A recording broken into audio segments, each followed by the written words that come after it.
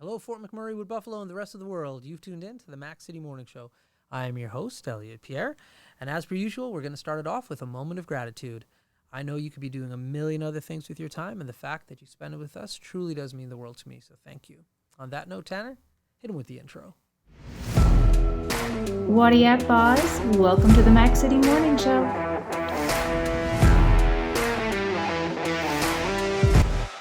Hey everybody, Keith Simpson here from Norel Toyota. We support the Oil Barons. We've joined the drive-in movie theater. We're involved in the marathon here in Fort McMurray, and that's what makes this community such an amazing place to live. And we are back. Big shout out to Norel Toyota, Keith Nimmer, and the boys and girls down there for sponsoring the show. We really do appreciate your support. So if you need a vehicle, Norel Toyota, it's the place to go. Locally owned here in town. On that note, let's get on with the show. As you know, I do not introduce my guests because they can do a better job of that than I. So can you please tell everybody at home who you are and what you're about? Hi, my name is Dawn Sidoroff, and I'm here today on behalf of Danae and Blanc. Okay. All right. So before we start talking about your event, let's talk about you a little bit. Okay. How long have you been in this community for? I moved here in 1998. 1998. And what brought you here originally? My husband. Okay, what does he do? He is a project coordinator. Oh, so site-based employee then. Okay. Well, he's not at site anymore. He worked out at site many years. But Yeah? And now he's in town? Yes, he works Oh. for CMB. Nice. That's a change of pace. Yeah. The site work is tough. Like, you miss a lot when you're on that bus and on site and going back and forth. And so when he dragged you out here, how did you fill the hours of your day when you first got in Fort McMurray? Well, I came from Vancouver. Mm-hmm. I had lived there my whole entire life. Yeah. So I left my family, my home, my friends, my job. Yeah, So it was a bit of a culture shock to come here from Yeah. from Vancouver. no doubt, especially back in the 90s. Yes. When I saw the mall, I was, are you kidding me? Yeah, This is a mall. right. Yeah, it was a bit of a culture shock, but yeah, You made it work. we made it You work. made it work. Yes. And so when you initially got here, obviously, like you were saying, your husband got the job. Did you transition into work right away? Did you stay at home for a little while? No, What happened there? I didn't work immediately. I inherited when we got married in '98 and we moved here. I also inherited 2 teenagers who lived with us. So Yeah. I stayed home for the first year, Okay. and I did do some volunteer work. I reached out to Keanu Foundation because events was kind of the job I did for many years. So Right. I thought, well, that was a good touch point to see what was going on. I knew they did events, so Right. I did some volunteer work there. Yeah. And eventually they did hire me on. So There you go. yeah, And so I love Keanu. yeah, I used to be in human resources prior to doing all of this. yeah. And when I recruited people to Fort McMurray, there was 2 things that I told them, like, listen, you need to check out these 2 spots. One was McDonald Island. This is further when McDonald Island turned into what it was. Yeah. This was not in 1998. But the other was Keanu College. I said, listen, with all the events that they have there, the plays, the music, like you can't attend everything that goes on at Keanu College. Right. There's just too much that's going on there. Yeah. Oh, I thought you were going to say something there. No. Okay. Yeah, you can't attend all the stuff there. So you're still with Keanu in some form of capacity? No, I worked at Keanu from 2000 to 2003 in their PR department. Right. And then I had a couple other short terms, and then I went to the Wood Buffalo Regional Library. Mm-hmm. And that's where everybody knows you now. Yes. And that's Well, not exactly. no? Yeah, well, I was there for 16 years. I did manage the marketing and fund development department, Right. and I recently retired. Oh, wow. Big news. Congratulations. Wow. Okay. What are you going to do in your retirement? Well, I will continue to volunteer work, Yeah. and I do have some projects on the go at home, like purging some rooms right now, and stuff I just didn't have time or the energy to do when I was working. I'm excited for you. That's awesome. Yeah. Oh, wow. So you had teenagers, they're adults now, so they're Yes. out of the house. Oh, yes. Okay, and so now it's just you just filling the hours with only things you're interested in doing. Exactly. Okay, how long has this retirement been going on for? Just 2 months now. 2 months, so it's fresh. It's pretty Oh, much. geez. Okay, so then this is a good segue into how you're filling your time now. There's an event coming up that you're working on. Yes, I am working on an event. What's that event that you're working on? I'm working on Danae on Blanc with Denise Hildebrand and Cassandra Noel. There we go. And so we spoke with her a little bit before. That being said, maybe some people didn't see her episode. So can you explain to the viewers at home, what is this event and what is it all about? Okay. Danae on Blanc is a international event where people gather. You're all dressed in white. Your tables are decorated in white. The event location is decorated in white. And people just come together and have a dinner together. They dance Yes. and just have a good time. And so how did you get involved with this is question number one. Okay. How I got involved was my friend Denise. She's the one who mentioned it to a couple of our friends and was showing us the videos, and we thought, wow, that looks so exciting and fun. Yeah. And then we decided, why not see if we can bring it to Fort McMurray? Right, right. Okay, so she convinced you. Mhm. And so once she convinced you, how did it transpire in regards to you guys picked your roles of who was going to do what? How did that take place? We're provided basically a work chart of all the different tasks that need to be taken on. So Okay. I think we all just sat and kind of looked at and saw where our skill set was Mm-hmm. good. So I believe the first year I did the volunteers. Right, So because I have done a lot of work with volunteers. Right. I worked with the Molson in Vancouver for a few years and did all the and headed up with the volunteer committees. right, right. I've worked with thousands of Volunteers, volunteers yeah. at a time. So Okay, I thought, okay, well, might as well use my skill set there. Right. So, yeah, that was my first task the first year. okay. Yeah. Now there's a question that I had in my head that I wanted to ask the first time, but I totally forgot about it. You guys must love food.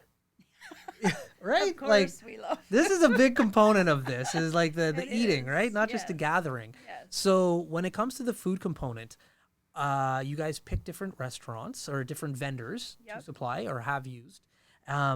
What's that? That must be so much fun. Like, is there taste testing? Do you guys help put together the menu? Like, what does that aspect look like from the behind the scenes component? Okay, I think only 1 year you guys did a taste test. Normally, 2 years there was a taste test. I don't remember being involved in those Yeah. taste tests, but Right. usually we just sit with them and just talk about. I mean, it's a bit of research on our end too. Like we looked at other events, watched other events through social media to see what they were doing, and then we, when we sat down with our caterers, we, like the first couple of years we had hot food, but it was really hard to get it from the caterers to the event. That's right. And keep it warm because once people get on site, they've got to set up and. Yeah, so that's why in the last 2 years we've just decided to go with a colder, more picnic style. That's food. right. That's right. Yeah, so yeah, when it's fun working with the caterers because, I mean, they're the experts in that area. So Yeah. we kind of tell them, we give them some direction, and then they go for it. They and go for it. our caterer this year is Wild Rose Catering and Company, and they've put together 5 options. 5 Okay. menu options at different Okay. price points, and Oh. they're looking pretty awesome. Okay, so that's something that I didn't catch at first. So a ticket to this isn't a standard price. There's different layers to the meals. Interesting. You pay your cost to get to the event, and then we have an e-store where you have the option of purchasing a catered meal, or Okay. you can bring your own. Oh. So Okay. I think it's almost 50-50. Yeah. 50% of people bring their own, and then 50% purchase. And then, so the five catered options that we have this year. One is there is a vegan option, Okay. and there's a gluten-free option. Okay. Interesting. So if I wanted to bring like home cooked meal, or if I wanted to bring a bag of McDonald's, you guys would be like, hey, Absolutely. enjoy your nuggets. Yeah, absolutely. Okay, interesting. All I right. would hope you'd be a little more creative than picking it up from McDonald's, but But okay, yeah. All right. That's so interesting. That is cool. So this really is like, it's open to a bunch of different price points yes. for individuals. So if they just want to have fun, just come out there. Yeah. Okay. Yeah. So and the food is different price points, and Right. the alcohol you can only purchase Yes. online. Of course. No one can bring in their own alcohol. I would assume so. And most of the times for these events, these are all outdoor events that you're planning on as They're well. all outside. So Tanner has his question, but I got one that's questions, but I have one that's burning a hole in my head in regards to events, especially that are outdoor. Do you guys have a contingency plan if it rains? We are supposed to have a plan B. Okay. We've been very lucky. Yeah. We have never had issues with the weather. That's awesome. I think there was one year that was raining a little bit when they were just coming into the event. Yeah. And then as soon as they kind of sat down, and it stopped. And There then you it was go. beautiful the rest of the day. Love it. The universe loves you, obviously. Yes. There yeah. you go. Our first event was in August, and later August it was a little bit cool. Mm-hmm. One at the shipyard, and then we moved it to June. So, Right. like I said, we've been very lucky, lucky. very fortunate. But there's always a plan B Yeah. that we've never had to use. That's so. awesome. There you go. Well, listen, Tanner has a segment on the show. It's called the Mac City Minute. He's going to ask you a bunch of questions. I have no idea what they are, so I wish you nothing but the best of luck. But before we get to those questions, got to give a big shout out to MIB Moving Inc. here in Fort McMurray. They're an awesome moving company. They helped us get into this new studio, so we appreciate them. And if you're looking for a moving company out there, MIB Moving definitely should be a company that you guys call. So on that note, Tanner, hit her with the Mac City Minute. Alrighty, question number 1. Since you've gotten to Fort McMurray, what has been your favorite change that you've seen? The favorite change, I think, just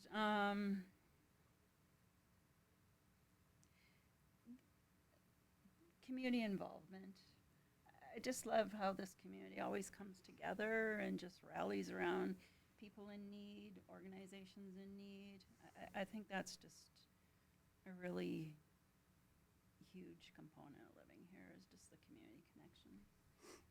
Question number 2.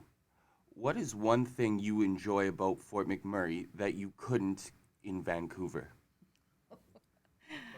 Oh, that's a good question. Well, you know what?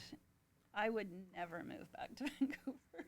Really? I love Vancouver. It's beautiful, and I love to visit, and I go back at least once a year. But I could never live in a huge city again. I just like that I can go from one end of the city to the other end in 20 minutes, and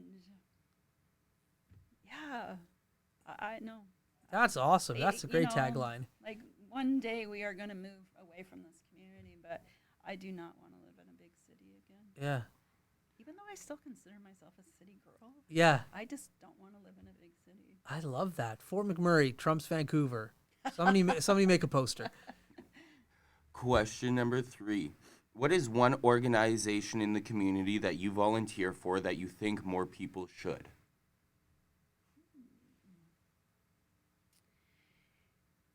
Well, that I volunteer for, well, currently I'm only volunteering for Blanc. So, of course, we would love to have more people volunteer. But right now, we actually do have enough volunteers for our event for this year. I'm going to say, but what came to my mind was the SPCA. It's not somewhere I have volunteered. Maybe something for my future, but Yeah. Question number 4. What is one story you have from your events that you go to that stands out the most for you? I've attended a lot of events in Fort McMurray. Fort McMurray has beautiful events. There's some pretty fantastic events in this town, but I'm gonna have to say Blanc, not just because I'm a host. I think it's just a really unique, magical event. It's an event where people just come and have fun. There's no alternative. there's no other agenda other than just coming together with all of your friends and meeting new friends, and it's just a unique, magical night. There you go. And your final question. What is the most magical part of these events for you? The most magical is that the people who come just have a really good time, and they have zero idea of what goes on behind the scenes and the work the work that goes behind the scenes, that they can just come and enjoy it and just have a good time. And those have been your 5 questions. There you go. Thank you. So Vancouver or Fort McMurray over Vancouver, that's Van City versus Mac City. Mac City for the win. So I've got to ask, what part of Vancouver did you live in? I actually grew up in Richmond. Okay. Yeah, but then as an adult, I lived mostly in the Kitsilano area. Okay. Richmond has definitely changed a It's lot. changed a lot since I grew up there, yes. Yeah. It was mostly farmland when I was growing Yeah. up there. I remember I have family in Vancouver, so we would go and visit. Not every summer, but enough. And yeah, the amount of change that I've seen in Vancouver is unbelievable. Like, same with Fort McMurray for that matter, but Vancouver on a completely different scale, especially like I have a buddy that lives out there, and this is before the pandemic. I went to visit him, and he lived in something not much bigger than this studio right now, and the amount of money he was paying for it, Oh, yeah. Yeah, astronomical. absolutely. Astronomical. So 2 months into retirement, is there something that you have on like your wish list that you would like to do in the next year or two? In the next year or two,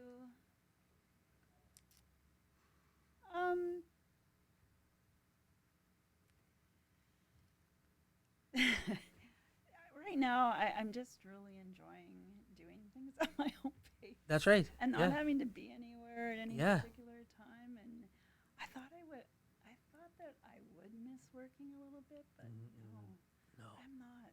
No. I'm not missing it at all. I'm just enjoying doing some projects at home. I have a friend that I'm going to work on some projects with, and Yeah. yeah, That's awesome. I think the most thing, the thing that people miss the most when they retire is the sense of community or engagement with individuals. yeah. But obviously, because of who you are and what you do, that component of your life hasn't changed. No. So, and you can always go back and volunteer at the library or other I could. places that you've been to before. So, yeah, that's cool. I try my best to live a life of retirement. I think I'm doing a pretty good job at it. But I'm excited every time somebody tells me that they're retired and like what they're doing with their time. Yeah. Because there's no wrong answer to what you do Yeah. with your time. Yeah. So that's cool. Congratulations. Thank you. Well, listen, I know you were nervous, but you didn't need to be because 20 minutes is over now and you killed it. So congratulations. Thank you. Now, before we cut you loose, though, everybody gets a shameless shout out or plug. So you have the mic, the camera, and lights.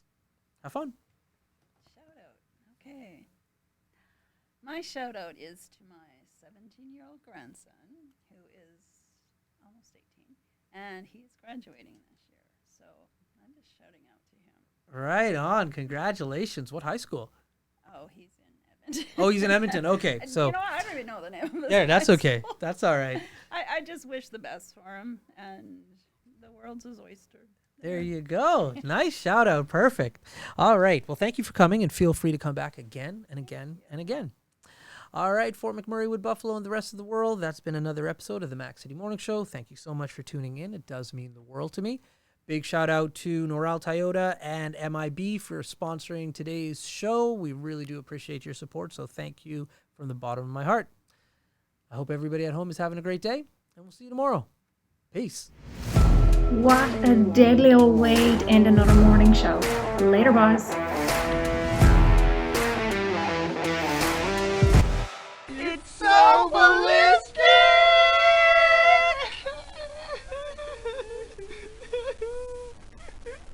Talk about quenching your ugly thirst.